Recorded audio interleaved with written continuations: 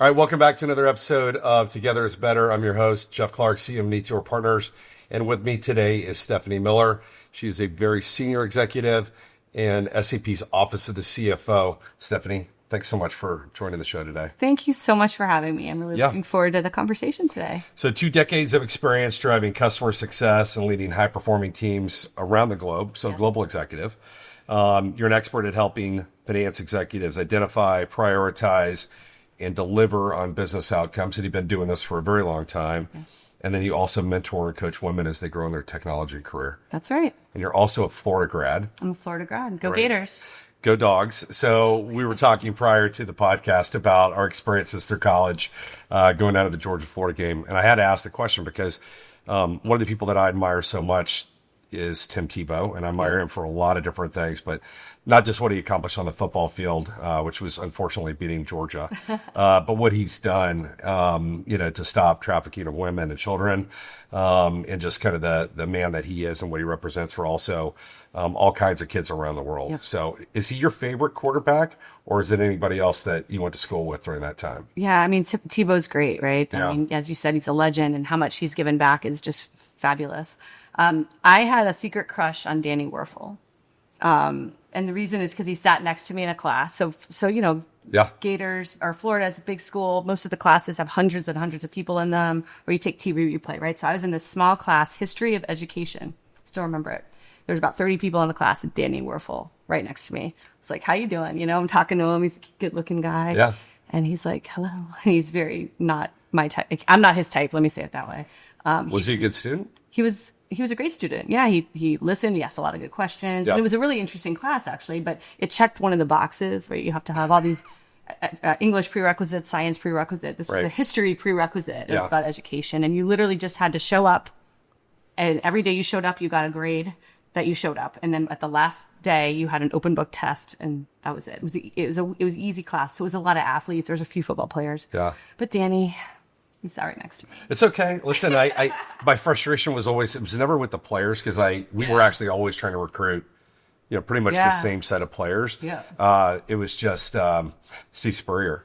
Yeah. And he was the coach when I started, right? Yeah. So he took us to all these SEC championships. Yep. Emmett Smith was there before I got there. So now I'm aging myself a little bit, but well, you and I went the same period, right? Well, you don't have 20 years of experience in the SEC. Yeah.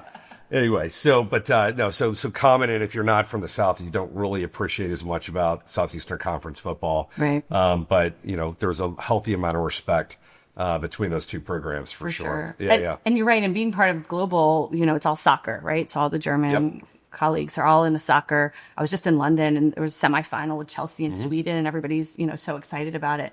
And I said, this is the same thing with college football. They said, college football has this much energy? I said, never mind. Right, you're right. They don't get it. With 100,000+ people, right? Just in the stadiums alone. I try to tell that story to people. I'm like, you don't understand how much capacity these stadiums have. And then even outside of that, the tens of thousands of people that are out there tailgating and having a good time. Yeah. But anyway, I'm encouraging my 3 daughters to remain in the South just so they can go experience that. Absolutely. So let's dig in a little bit into the business side. So you've been working with CFOs for a really long time now. What do you think most people don't understand about the role of the modern CFO today? How's it changed in the career that you've had working with them? Yeah, it's actually changed quite a bit in the last 5 to 6 years, I'd say. And a lot of what we used to talk about is just automation, right? Oh, you're doing all your work in Excel. Let's find out ways to automate it. And ERP systems were never really good at automating processes like the close or processes like cash planning or cash forecasting, right? And so historically, we used to talk to CFOs about automation, right? Let's do more with less. You're not getting more headcount. You've got to be strategic. You've got to support the business. So let's automate these processes. We didn't talk about the process itself, right? Are you doing it the most effective way? We would just bolt tools to help them automate it. And so SAP, obviously, for years has had great tools. I joined SAP through a company that had a phenomenal tool for financial planning and financial close. And it was a bolt-on to any ERP, and it worked great. And it solved a lot of problems. It moved people out of Excel, which is not a good book of record, but it's a great individual productivity tool. So it moved them slowly away from Excel into tools that could be audited, right? And now that's just not on the CFO's radar anymore. They've done the automation, right? Now they're trying to switch from being just the stewards of the data, keeping the lights on, being compliant. That's also still very important. But they are business partners to all across the organizations, right? Finance, and I'm, biased obviously because I am in finance, so I think I'm important. But the finance team really is the most important part of the business, right? I mean, supply chain would say the same thing clearly. But we own the data, right? We own all the information about attrition, about our products, our profitability, our supply chain, right? All the data flows through finance. So as finance professionals, the CFO's job is to make sure that all the people get the information, right? And they come to finance to ask, how to drive the business forward, right? They own the data, so finance has the best insights on how to drive the business forward. So the CFO has to do that, all while staying out of jail, all while reporting to regulators, all while keeping the stock price up, right? Yeah. So they need things like AI, and they need things beyond just the automation that comes with these tools to do that, right? So that's really changed the conversation. Does as a global executive, you've worked in Australia, New Zealand, other places around the world. Is there a change or a difference in culturally how the CFO is viewed in the business? A little bit. I mean, it's been a minute since I've been in Australia, but what I noticed when I was there was they were very curious about which customer within their industry within Australia had done it. Right. And in Australia and New Zealand, there's 2 of everything, right? There's 2 grocery stores, 2 banks. I mean, I'm exaggerating. There's more. But at the end of the day, a lot of these pairs run SAP. And so they know that their buddies haven't done it yet. Right. And so they're very skeptical. Well, if this guy hasn't done it, I'm not going to be the first to do it. So they're very skeptical. Where I think at least in North America, they're more open to, well, show me how it works. I want you to take my data and show me how it works. And then I think in Europe, it's even different still because the history of the, SAP is a German company. So we have a much deeper and longer history with some of those customers. And why not SAP? There's very little, I don't want to say there's a little selling, but it's less selling because they're already convinced of what I already know, which is SAP is amazing, right? Right. And so for them, it's about being next to Germany and next to Waldorf and Potsdam where the developers are and being on the cutting edge and really get ahead of things. So it's just interesting to see across the world that how fast people adopt these solutions and where they are in their journeys of moving to the cloud. Yeah, and I think, in the journey of the CFO, there are certain technologies that are kind of quietly changing things behind the scenes. Any of those that have stood out for you that you think, I mean, you see AI obviously, right? What else? I mean, the number one question I get across the board it changes obviously with tariffs because that's the number one question. But historically and even today, the number one question I get is I need quicker information. I need to know the answer yesterday. I can't wait till month end to get the answer. And so the theme is always about better insights faster so I can make better decisions. And that plays right into the tariff challenge, right? Big time, yeah. If we take 10 days to close the books, it's much harder to model the impact of changes to my pricing or changes to my supply chain if I'm waiting 10 days to get the data, right? So that really hasn't changed it. But from an automation point of view, I mean, like I said, people have automated closing the books for years. There's been tools to do this, right? I mean, I came from a tool that did it 20 years ago, and people are still using the same sort of thing where you pick up the data and you move it over here into a consolidation tool at a summary level. And that still works. And that's not the way we would do it anymore. We'd close in the ERP with group reporting. That's faster.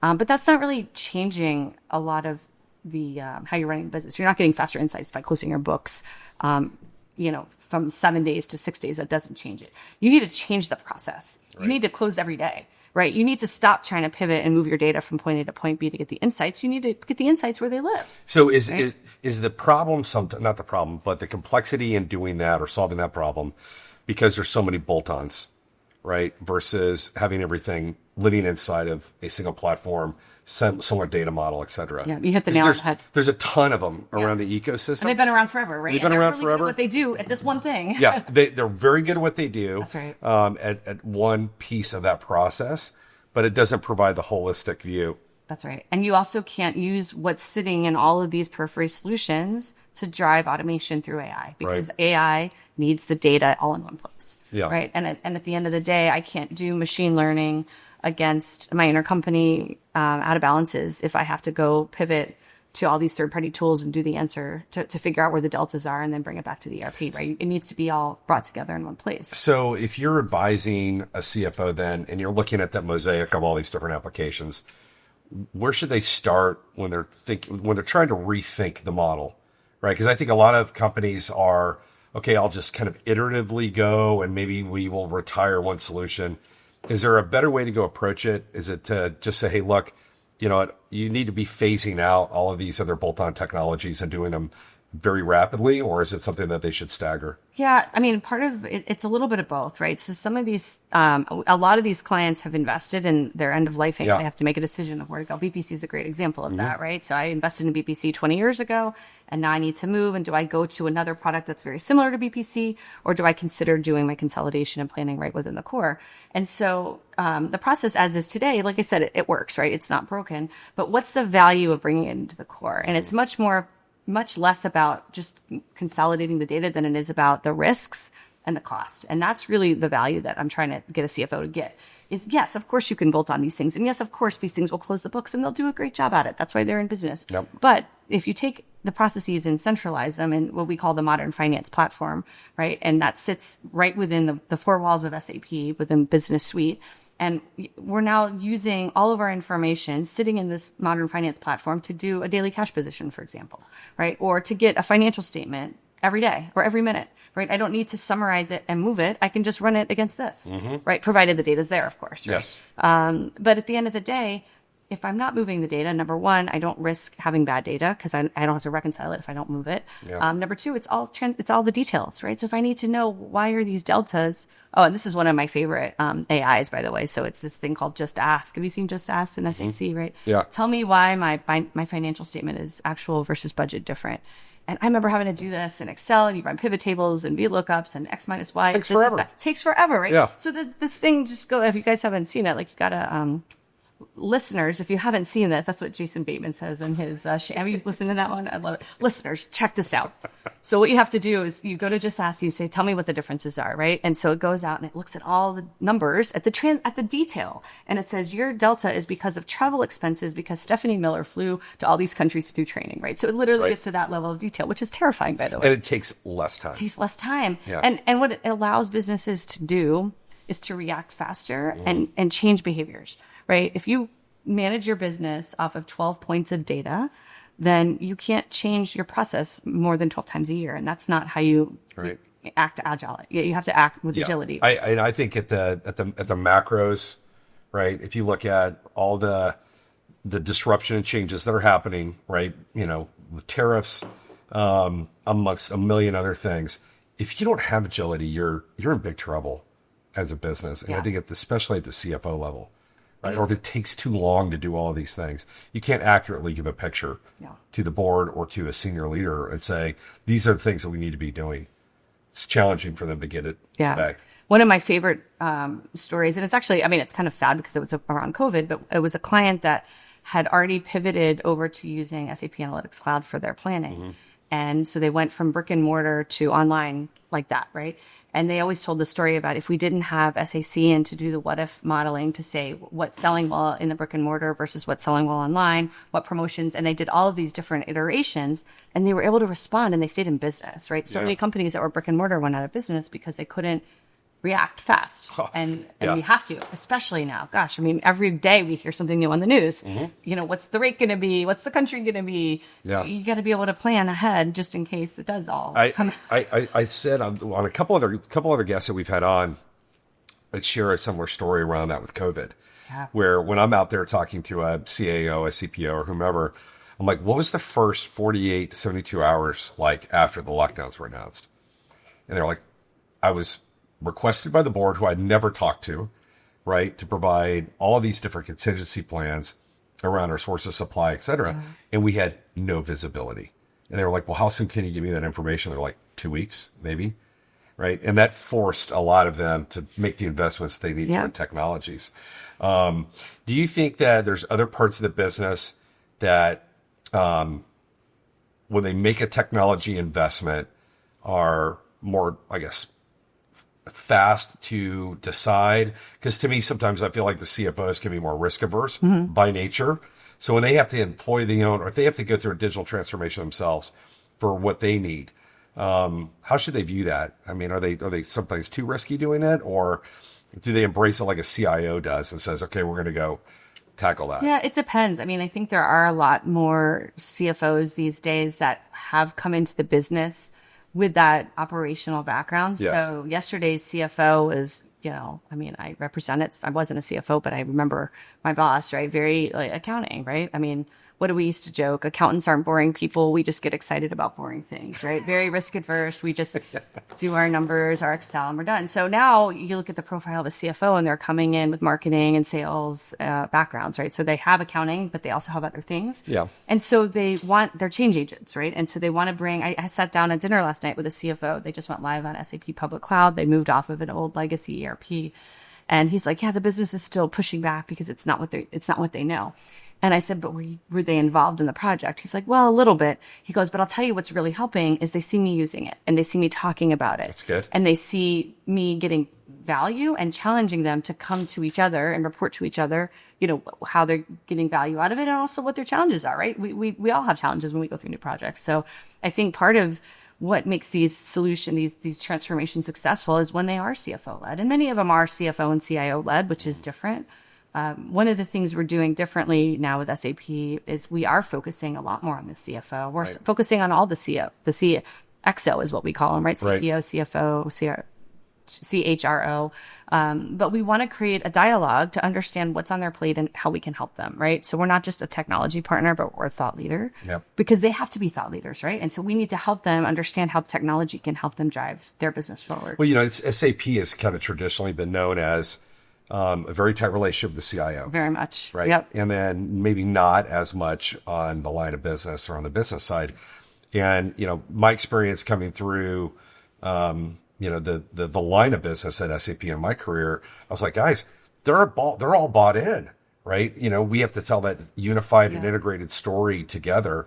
And the CPOs or CAOs that we would talk to certainly would, consider that. You hit on a point I want to go back to, which is, do things like AI and automation and transformation for the CIO, does that make finance more strategic, or is it really just about driving better efficiency? No, it makes them so much more strategic. I mean, like I said, a lot of this efficiency was done through these tools. So some of these new efficiencies that we're seeing around journal entries, I was talking to somebody about tax, like the number of state, local tax, like state sales tax rate. I mean, it's like 50,000 different tax rates that you have to manage, right? And they change all the time. So being able to use machine learning to update and pull that information, have it automatically update, like little tactical things like that are important, but that doesn't change the business. Where this thought leadership and where the real AI and ChatGPT will come in is that analytic, right? Understanding. I always use the analogy of, okay, I'm doing my analysis, it's period end, I need to know what's happened. And I ask 3 questions of the data. But if you think about how a board meeting goes, the board's going to ask 20 questions and you're going to have prepared a few of them, but you don't know what other questions you're going to ask. So if you have AI sitting across all of these millions of records of data, you could just ask the question, why is this? Or even better, what happens if we model it this way? And that's really the secret sauce, I think. It's not just about yesterday's news. It's okay, we have all this historical data. What if we do it this way? What does this do to the business? What if we change the rate by X percentage? What if we hire 10 more people? What if we bundle these products together and reduce the price by 10%? What does that do to our volume or our profit margin, right? So we can't do that in Excel. You can't do that in a bolt-on too. It's impossible. So that's how we make the finance teams more strategic. It's not just the CFO, but it's the treasurer, it's the controller, it's the head of shared services, right?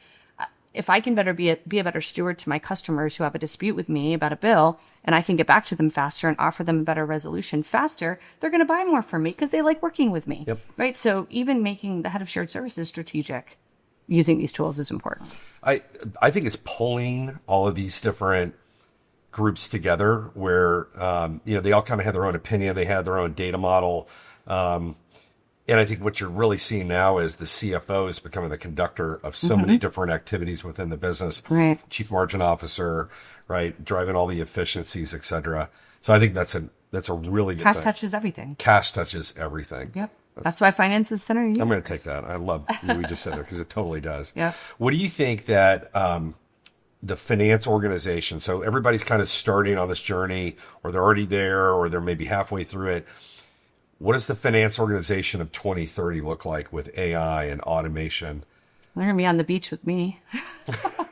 It's while automating ourselves out of a job. No, I mean, I think it's hard to say. I mean, I never really anticipated how the iPhone would change how to work, right? And it's almost scary to think about how much this could change. I mean, there's a human element to understanding your business, right? The data, the numbers only give part of the story, but you still need an author to tell the story to the street as well as to your customers, right? I need to author to my customers why my product is better than your product, for example.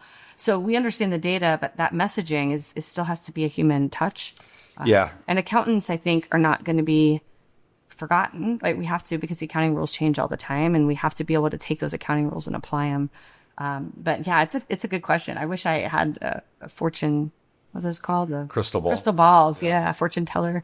Because I mean, I'll be on my boat. So I think about it a lot. Yeah, happen at 3:30. I think about it a lot. 5 years from now. Well, you've got I've got 3 kids, and so I always think about this. Like, what do you tell them to study? Right? Where do they focus? I say, look, you have to understand, and you have to start working, with AI in some capacity. I don't want you to cheat, obviously, and have it write your papers, but understand how a copilot and agent can free up more time. Yeah. To me, the benefit of AI is really, it's not about what happens to the people. It's about it's reallocation of capital in the business. That's right. Right. And so I think the role for people will be interpretive. To your point, that storyteller. Yeah. You're going to want a human touch on it. But how many more things can you accomplish? Right. And how many things can you model and get creative around when you don't have to get mired down into all of the minutia of the day-to-day work, and especially in manual processing? Well, and people in my generation, they didn't mind being in Excel, and they didn't mind doing access databases and writing SQL.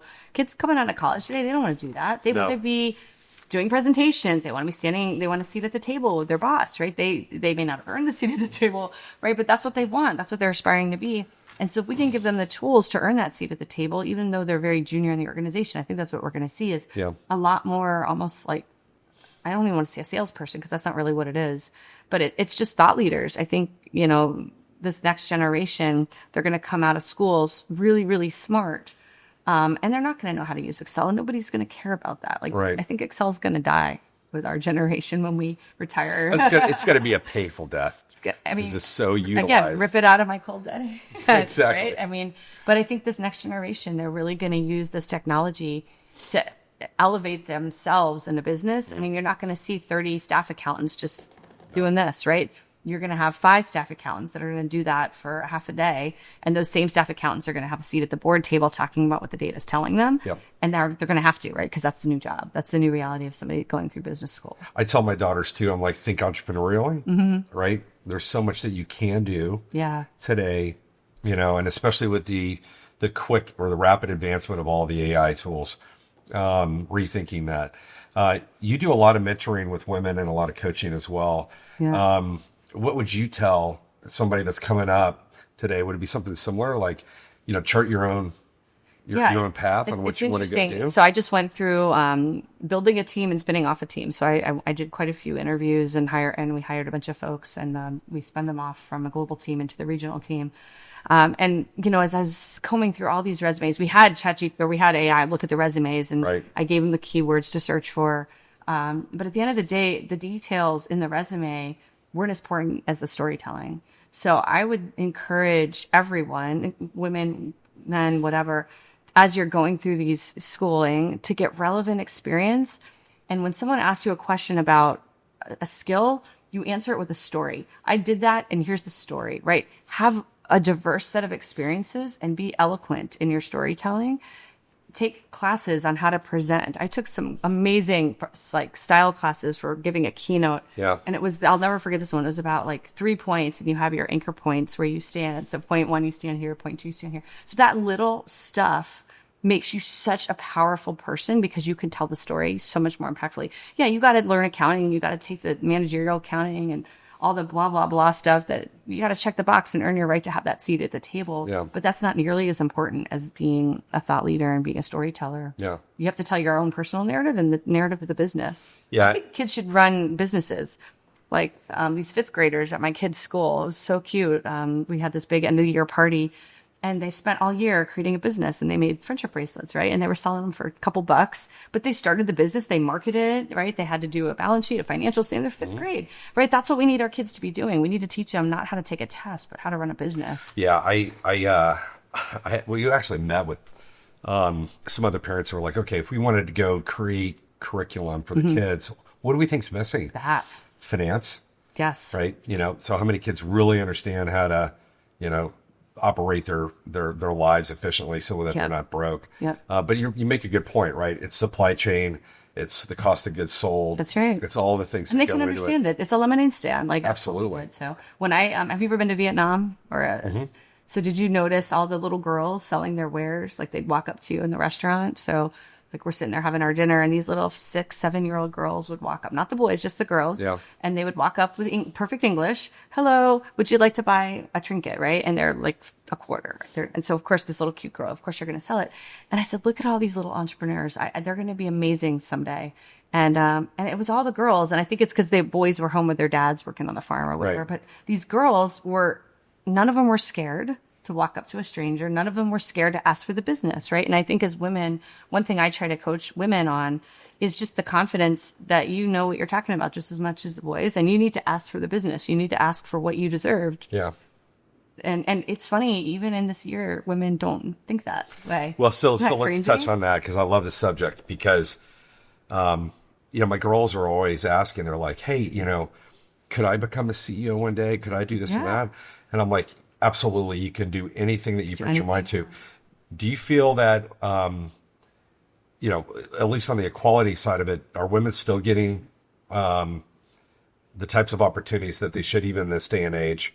Yeah, I'd love to say yes, but I think the reality is we still have things to work on. Yeah. SAP, I watched a internal meeting last week because SAP had to change its DEI language, right? We do business with the U.S. government. The U.S. government has said DEI is not something that we're supporting anymore. Yes, we still have all these things, but we're not using these terms.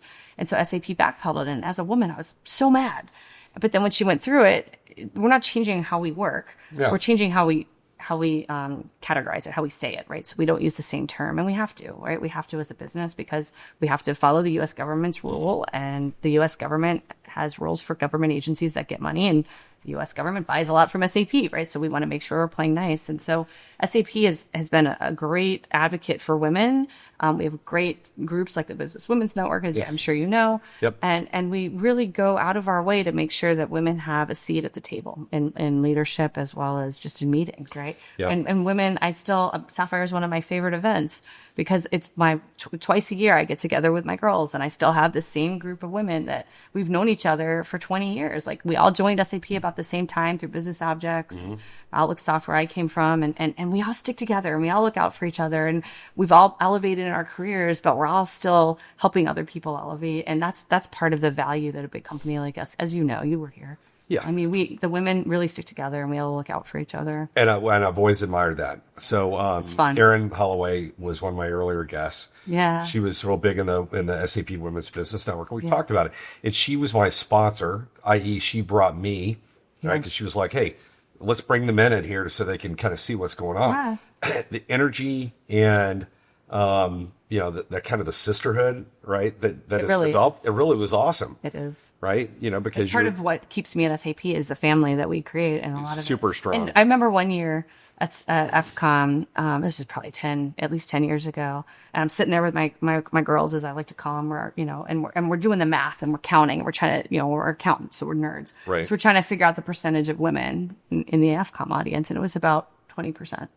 Sad. And I was like, why are there no women?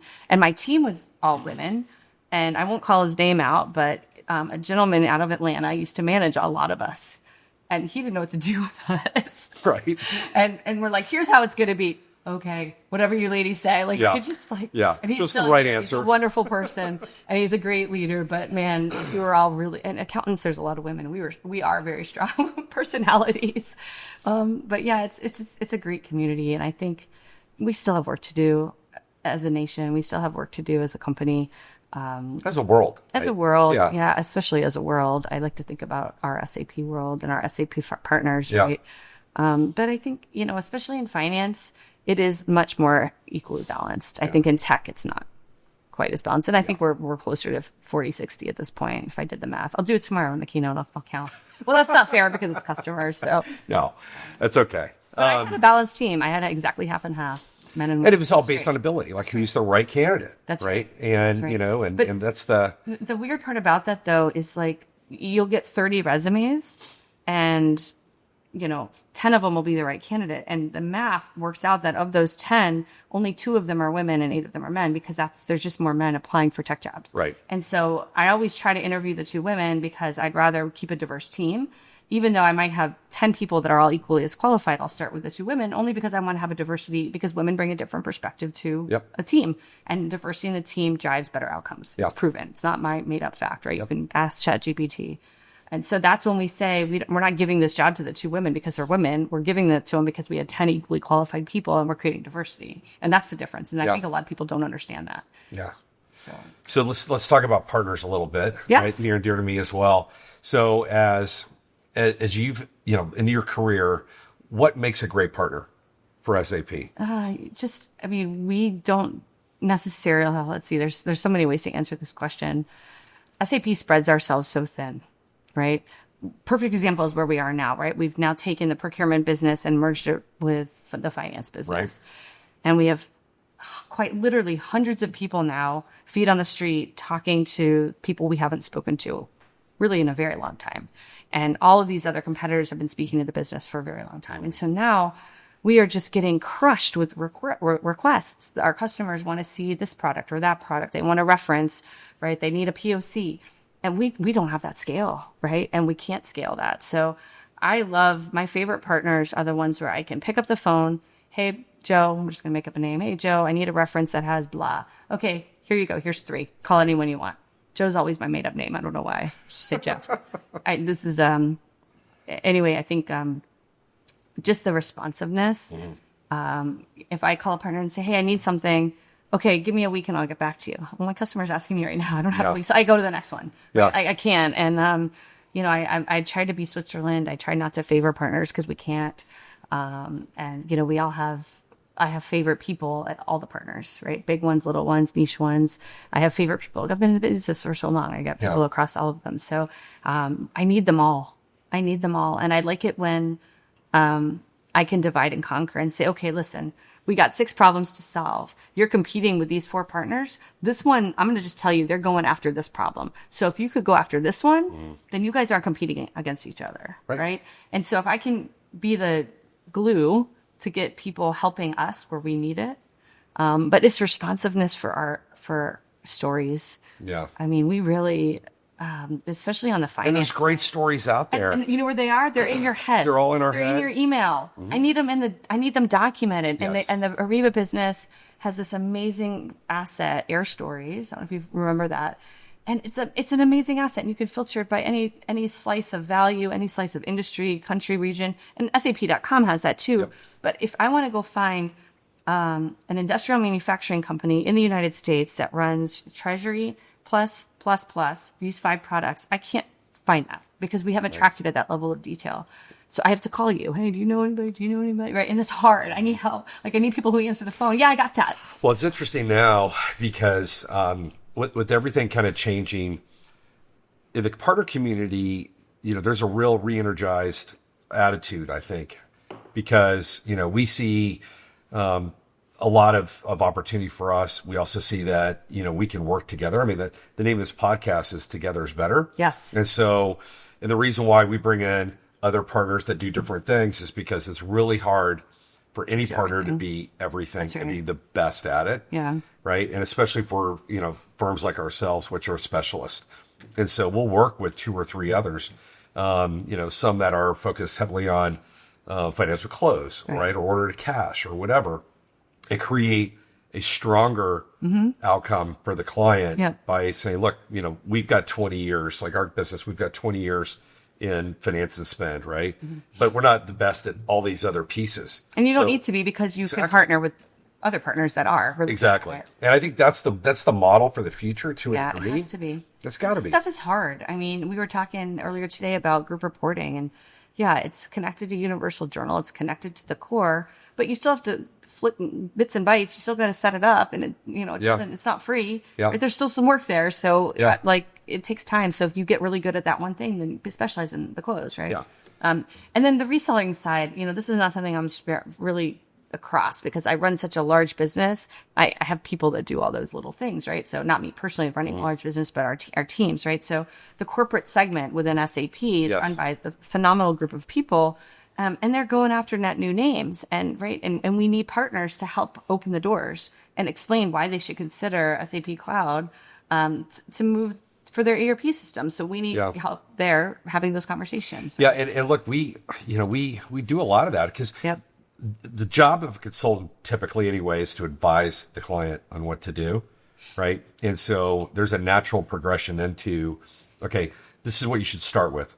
Right. It's not about overconsumption of buying stuff. It is like, this is the part where you can actually go achieve the outcome that you're looking for, stabilize it, optimize it, and then move on to the next one, which when we go talk to CFOs is the way that they view a lot of these projects now. Yeah. They have to. We used to sell them the whole bill of materials, right? And then they just set it on the shelf and not do anything with it. Now in the cloud world, you can't do that anymore. It's churn, right? That hurts everybody. Yes, it does. Right?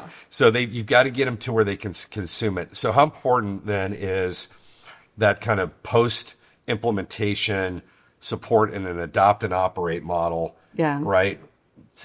In my view, it's the most critical because you want them to, one, accelerate the ROI, right? The TCO made sense.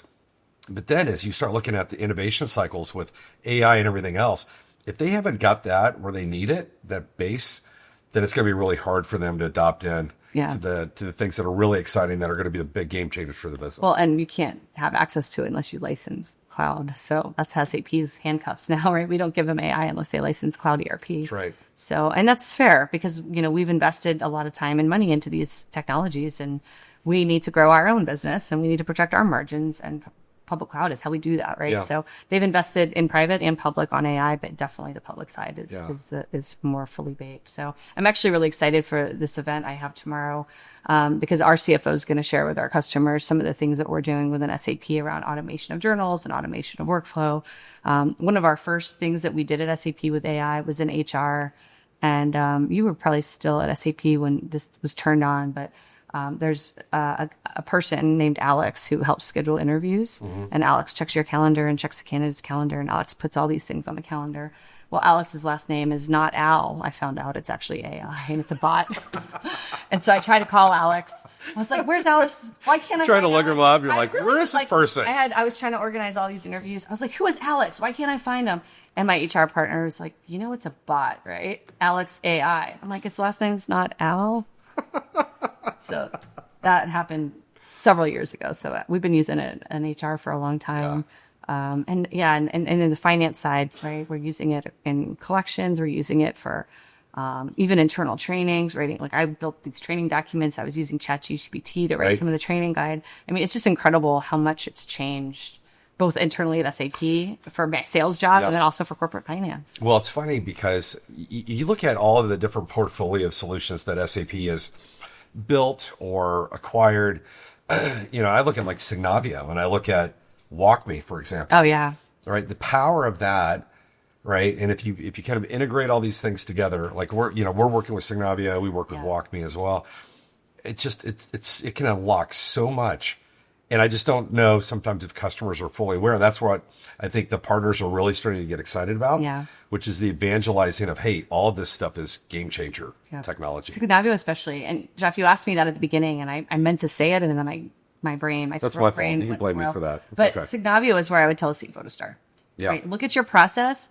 And I'm going to use Joe again. Did we come up with this because Joe told us this was how we liked his report, or is this actually valuable to the business? Well, Joe retired 20 years ago. Yeah. So why are we still doing Joe's report, right? And so at the end of the day, Signavio says this is not best in class. Mm-hmm.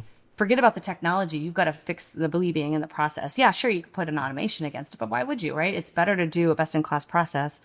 And we challenge customers to say, look at industry best practices. Look at how SAP delivers this process out of the box. We didn't just make it up. Right. And then question your business. If they really want to do it this way, then that's okay. Let's build it over here. But let's make that the exception. Let's not say yes to everything just because that's how we did it Joe's way back in the 90s when SAP could flick any button it wanted and we could build it any way you want. You have to really challenge the process. And Signavio is where you start. I like Signavio because as a consultancy, we do a lot of the qualitative, right? Where there's a lot of discovery and we're really deep into the process, but it tells you one side of the story.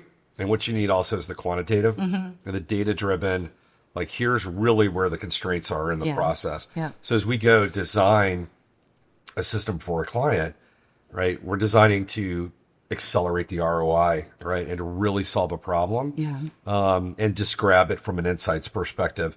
And then with WalkMe, a lot of that's for change management, training, right, and especially as you go into an AI agent driven world, like these prompts that help you work into the workflows, et cetera, are going to be really the accelerant, I think, to help people be comfortable with, okay, this is what it's going to do to help my job. Yeah.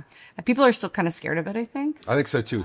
I don't know why. To me, it's like, I don't think they've just been educated. It's the same reason it took my mom 10 years to actually commit to her iPhone, and now she can't put the thing down, right? Stephanie, I don't need an iPhone. My mom still can't figure out the remote control. No, my mom, she has her she watches Fox, sports, only sports and Fox Business. Those are her stations. But she's very, but she doesn't have to be. She's 82. She doesn't need to do much else. So, but I think, the process change is huge. And then I love the agents.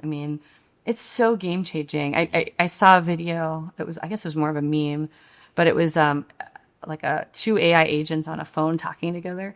Are you an agent? Yes. Would you like to switch to code to make this happen faster? Yes. And I was like, oh my God, this is where we're headed. These agents. So that's where it's scary, is these agents. It's like, is this like, what's the movie Meg or whatever? Is that the one with the girl? Yeah. It's terrifying. Yeah. So this is why people are scared, because they don't know what's going to happen. So we have to be, and SAP has 3 marketing terms: reliable, responsible, relevant, right? So we have to be responsible with how we use AI, because we can't create things that are going to hurt people. We have to be responsible with the data that we're creating and pulling to create the answers, right? And that's why people are scared. Well, I think you have to, there's 2 schools of thought. And I get it. Like there's adversaries in the world, adversaries that would want to run unfettered and as fast as they can. So you don't want to hold back too much. Yeah. But the potential is certainly scary in some cases. So I think you have to have it responsibly built, right, and responsibly controlled. Walls around the data. Walls around it, for sure. And look, even customers, they've got to figure out how far they want to go, right? Even in their own enterprise with it. And it's still very early innings, and I think people are really just kind of sticking their toe in. But until they actually consolidate and get their data cleansed in a clean core, I don't think it's possible. Yeah. You're going to have it used like all around the edges, but it's not going to be efficient. Yeah. You can't turn on the agents until you have everything in the clean core. That's right. So not the right way anyway. But it's still fun to watch the video and have the supply chain agent talk to the dispute agent. Yeah. Like the contract agent over here, and then the email agent, changing your tone of voice. Like it works. It's all there. If the system is set up, it's not, a lot of times you go to the Sapphire and you see these marketing videos. Oh, it's not really there yet, but that's not how it is anymore, right? Yeah. It's great that this technology that we're showing, this state of the art AI, it's actually here, and SAP's using it. We have partners and customers that are using it. But you're right. If the data isn't clean, then you can't take advantage of it. So it's really, people have been pushing off moving to cloud ERP for so long. And if they don't jump on it now, they're going to, this is a massive shift, and it's happening so fast. Yeah. So you've got to start your process to move to cloud. I watched an interview. Actually, it was a lecture that Eric Schmidt gave at Stanford. And he was talking about how quickly, right, the advances from, gen to agentic and then so on are happening. And I think you're right. And I think SAP's kind of timed it almost perfectly with their messaging now. And it's like, it's an imperative. You don't have a choice. Yeah. Or, because otherwise your competitors are just going to outstrip you. They're going to be more profitable, more efficient, faster, more agile. Yep. Right. And so, and the time to move now. You can't do it as a bolt-on. You can't bolt it on. You can't bolt it on. You'll get partial efficiencies. Yeah. But it's not going to get you to where you need to restructure the business and be very, very forward-leaning. Yeah. So many buzzwords. If you could kill off one, or just make it disappear. Kill is kind of a strong word. If you could make one industry buzzword just evaporate and just be gone, what would it be? Industry buzzword. I mean, what the heck is a data lake house? Yeah. Okay. That's a great example, actually. Like, we're I saw making that. up these words. Yeah. So first you had a data lake, and then you had a data warehouse. No, you started with a data warehouse, and then it became a data lake, and then it became a lake house. Like, what? Who's coming up with these words? I didn't get it. I remember when I first read that, I went lake house with that. That one doesn't make a lot of sense. I'm All right. I'll sure. vote for that one. Yeah, I mean, that was a good question. I mean, gosh, there really are a lot of buzzwords. Yeah. Let's make up 3 real quick. So just It used to be cloud. Yeah, cloudy was another was one. the answer to Oh my everything. gosh, everything. So one other thing then. So just 3 words that would describe the future of tech. Any 3 that you could come up with in combination? I mean, the first thing that comes to my head is just faster than ever. Like, we've never seen tech change as fast as it's changing now. Yeah. The speed, I guess, is a good one. That accurately describes it though, very well in a very simplistic terms. Just faster than ever, right? Yeah. Faster decision making, right? Faster advances in the technology itself. Yeah. I have another one too, and people may, and maybe I'm wrong on this one, but in your partner, and you can tell me if I'm wrong, but I think cheaper, because I mean, even think about it, like when PCs came out, they were thousands of dollars, right? Yeah. Now you've got a PC in your pocket with your phone. ERP, when you used to buy it, it was a 7 to 8 figure deal, right? Yeah. You had to pay for the software, you have to pay for the maintenance, you have to pay for the implementation. Cloud, it is cheaper, right? It's cheaper to implement, it's cheaper to license it. The maintenance is now a subscription, Yep. right? It's easier to use, so I don't have to pay as many people to learn it, right? It's supposed to work like with your words instead of T codes. So I think cheaper, right? It's more efficient to pay for it. I used to work for EMC. I was a hardware guy. Oh, yeah. Early in my career. And, selling a refrigerator that was like a terabyte. And it was several $1 million, Yeah, right? crazy. And so, now, you're getting a terabyte and, a little form factor like that. Yeah, it's getting cheaper. It's gotten cheaper. And even these big projects, yes, they're not cheap, but the value that you get from the investment of dollars is so much higher. Like, Yep. you can take your sub to public cloud ERP in 6 weeks. Yeah. And you're running state-of-the-art finance, right? You could never do that before. No, and I think self-deployable, self-configurable software, Yes. right, at a layer is a reality. And to your point, it's going to drive what used to be it could be like a 26-week project. Well, what does that mean? Yeah. When the customer can make some of these decisions or AI can help influence the design. And let's be honest, it should up to a percentage of that. And then you need advisors, right, and experts that can say, okay, this is what you need to be doing. These are the critical choices. And then here's the AI use cases that we want to layer in around that. Yeah. That to me is going to be the future too, which means ultimately economically it's going to be cheaper. That's right. Right, to consume it. And I think over time everything moves into a utility model for the most part anyway. Yeah.